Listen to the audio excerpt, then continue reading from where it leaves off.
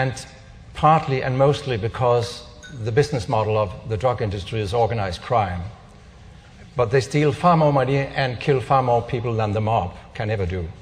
So we need to do something. We need to demedicalize our societies. So Peter is one of the people in the world who actually looks at the data beyond the biases, beyond the pharmaceutical industry, to see what it really says about whether treatments work or not. And he's also got the courage to speak out and say the things that need to be said.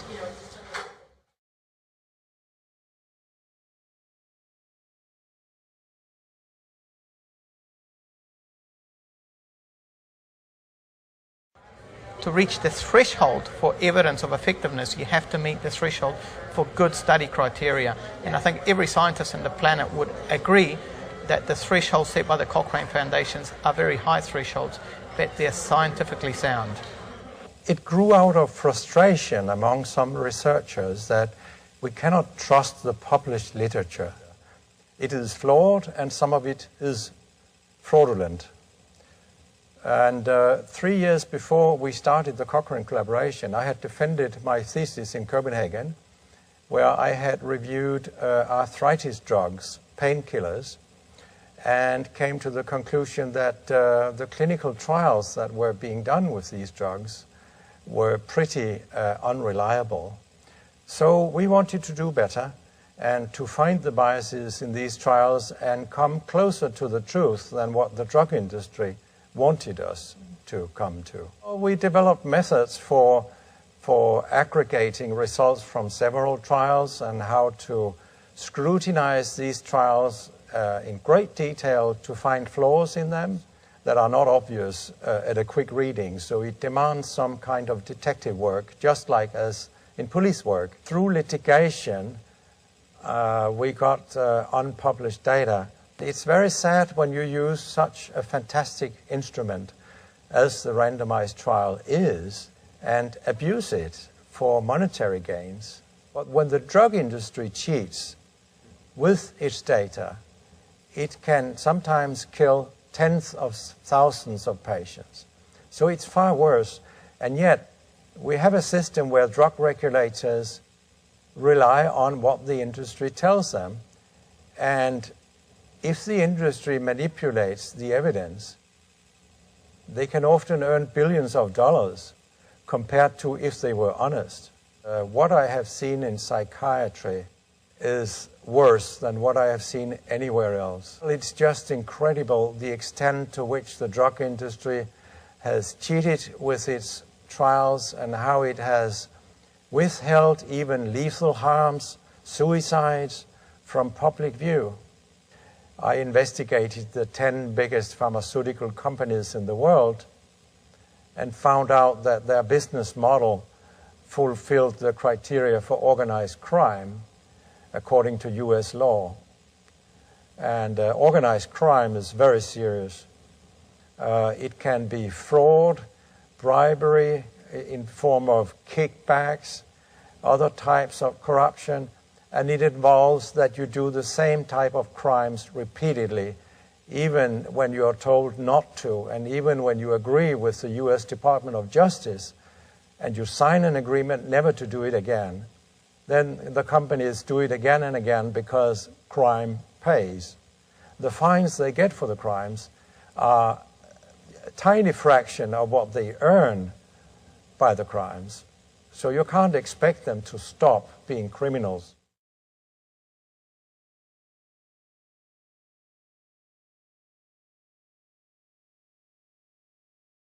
Antipsychotics are extremely dangerous drugs. And Zyprexa, for example, is so popular and used so much that I have estimated that with that drug, Eli Lilly has killed around 200,000 people.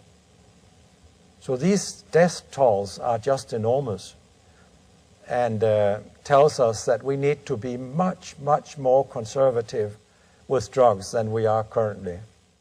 To me, Peter is one of my medical heroes. To be sitting, debating at the same table as him is a bit like somebody who likes football, playing at a match with Ronaldinho or Pelé, because he's, I think, one of the top figures in the whole world at the moment. The problems that my research is pointing to in New Zealand are occurring elsewhere in the world. So we see that a marketing model has been applied to the promotion of psychiatric medications, and I'm not convinced that that has been necessarily for the public good.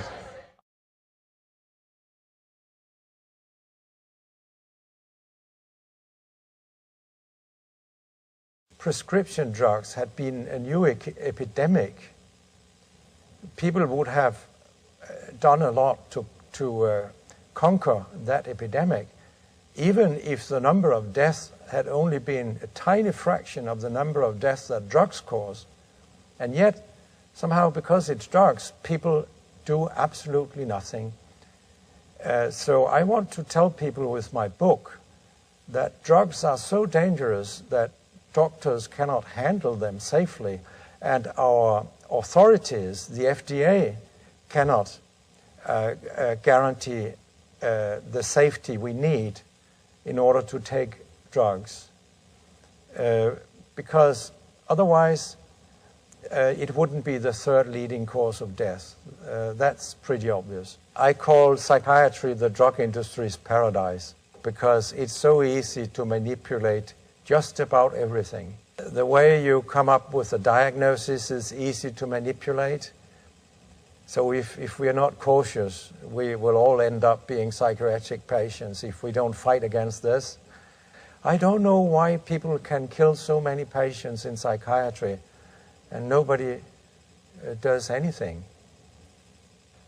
But what is so tragic about these drugs is that they can have an effect in some patients in the short term, but if you continue using them, they actually create psychiatric diseases, which is a disaster. And my conclusion is that the doctors cannot handle this, this duality, that they can be beneficial in the short term, but they are harmful in the long term. They cannot handle it. Many doctors just go on for months and years and harm their patients in this way. It's terribly sad that the psychiatrists at large cannot see how much harm they are causing. So after having studied this in some detail, I conclude in my book that it would be better for mankind if none of these drugs existed.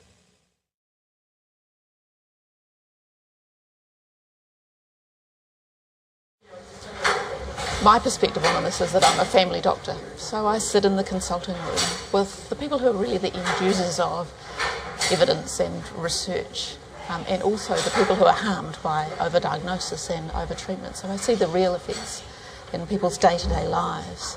What I'm interested in is what mechanisms that we have to interrupt this flow, to restore a balance of what medical care should really offer, which is not just about medicines, it's about listening to the patient and what their problems are and being able to empathise enough to understand what they are, and then about drawing on what the best that medical science has to offer, which is where Peter and his group, people like him, come in, which is people who have a real ability to look at the data truthfully. What do you do with a specialty that to some extent live on a lie? How do you deal with that? I have heard so many psychiatrists, also professors, say that starting an antidepressant is like giving insulin to a diabetic, which is completely wrong, and yet they still say this nonsense. What they mean is that these patients lack serotonin in their brain, so when they give a drug that increases serotonin, it should be good. But it's wrong. The hypothesis about serotonin is stone dead. The good studies that have been made could not see that depressed patients were different from normal patients. What these drugs do is they do not correct a chemical imbalance. That's another lie. psychiatrists love, that you have a chemical imbalance, like a diabetic that lacks insulin, so now we are going to correct your chemical imbalance. It's a lie. They are creating a chemical imbalance, and it's exactly for this reason that it's difficult for patients to stop after 2 or 3 months, because there is now an imbalance. And you know, there are even drugs that decrease serotonin that have an effect on depression. How can you say that you lack serotonin, so you need to increase serotonin, and then at the same time have drugs that are also effective that decrease serotonin? I mean, a diabetic doesn't get better if you give that person sugar. So what's the missing link between having the evidence, and this applies across medicine, because it's really easy for us to start drugs, so easy for me to write a prescription. What are the barriers to not doing things? And one of the growth drivers for this explosion of SSRI prescription is the fact that people go on and they stay on them. Part of that is the withdrawal effects that people have coming off, but the other part is this. There are consensus guidelines that suggest that if you've had more than a couple of dark pools in your life, that maybe you need to stay on these drugs for life. But in fact, there is absolutely no data to suggest that this is helpful. Psychiatry has gone the wrong way. Whittaker has described this beautifully in his book, Anatomy of an Epidemic, that if it were really true that psychiatric drugs helped correct some kind of imbalance in the brain, then we would expect people who receive pension and who cannot work to go down. And what have we seen? The opposite. The number of these people have exploded at the same time as we introduce these drugs. I mean, how can people not see this?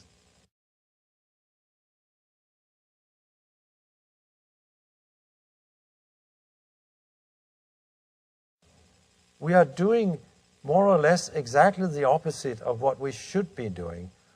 These drugs are dangerous. They should be given in as short periods as possible and then stop.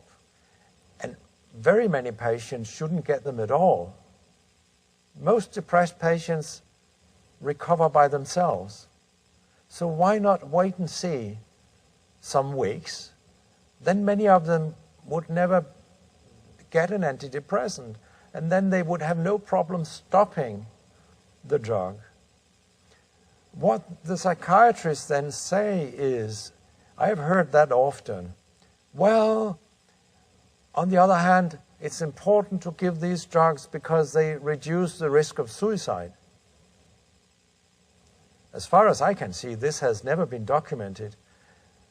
Quite the contrary, we know that these drugs increase the risk of suicide in young people up to the age of 40, according to FDA data, and we don't really know what they do above the age of 40 because the drug companies have cheated so enormously in their randomized trials.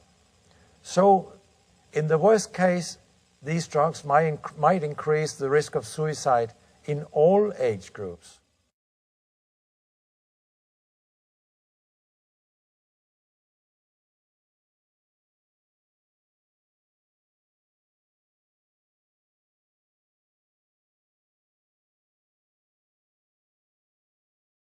When you discover that the business model is organized crime, and when you find out that it's far worse than mob crime, because the drug industry steals much more money from the public purse than the mafia can ever do, and they kill far, far more people. And we also know that they do this knowingly. As soon as they have their income, and as soon as people don't protest too much, it doesn't really matter that people die. So, isn't it pretty natural that you feel that this knowledge should come out to people?